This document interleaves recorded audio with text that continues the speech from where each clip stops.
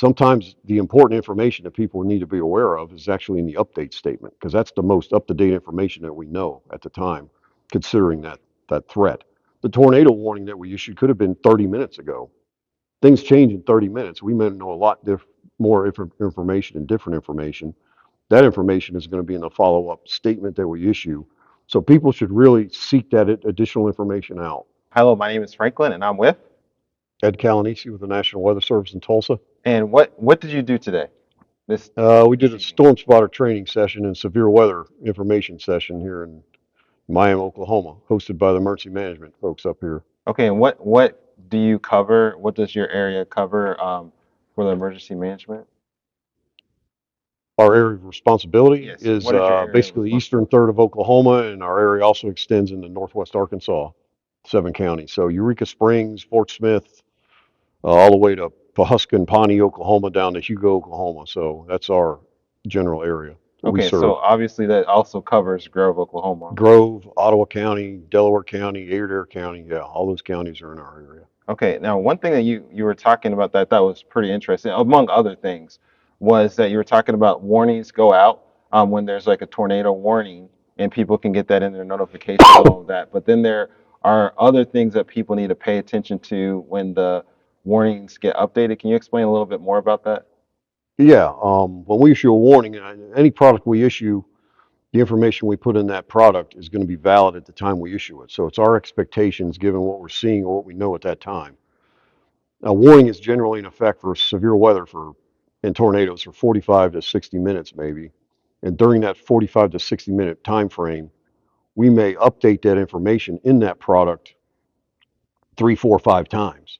So let's say every 10 minutes, let's say for a 60-minute warning. Those update statements are going to include the most up-to-date information. The hail size threat may change from the initial warning. The threat of a tornado, maybe we have an observed tornado versus a radar indicated tornado. Maybe we know there's a damaging tornado on the ground and we enhance the wording in that update statement. That was in the initial tornado warning.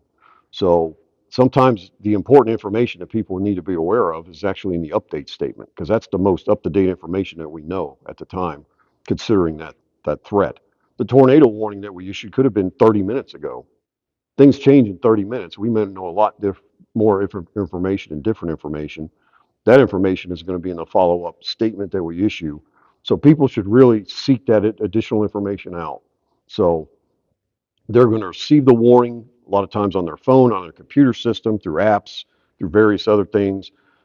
Make sure you're up to speed with the most up-to-date information, which is going to be in that severe weather statement. Not necessarily, it's important to get the warning, but it's important to follow that information flow after the warning is issued for the next 30 minutes, 45 minutes, or whatever it is. So where could people go to see that severe weather statement? Automated systems are going to automatically update that. So if you're listening to weather radio, there's coding in that update statement that indicate that this update statement is for this tornado warning in Delaware and Ottawa County, not this tornado down in Sebastian County, Arkansas.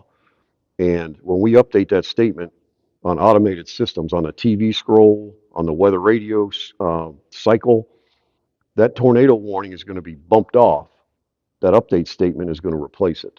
Okay. So automated systems will automatically replace that product. But if I just know there's a tornado warning because I just got it on my phone, that may be all the information I get, because a severe weather statement is not going to alert your phone. You're not going to get, your notification tone on your phone when we update the tornado warning. You'll get it for the tornado warning. You're not going to get it for the update statement unless we include a tornado emergency. Those will be broadcast on your phone.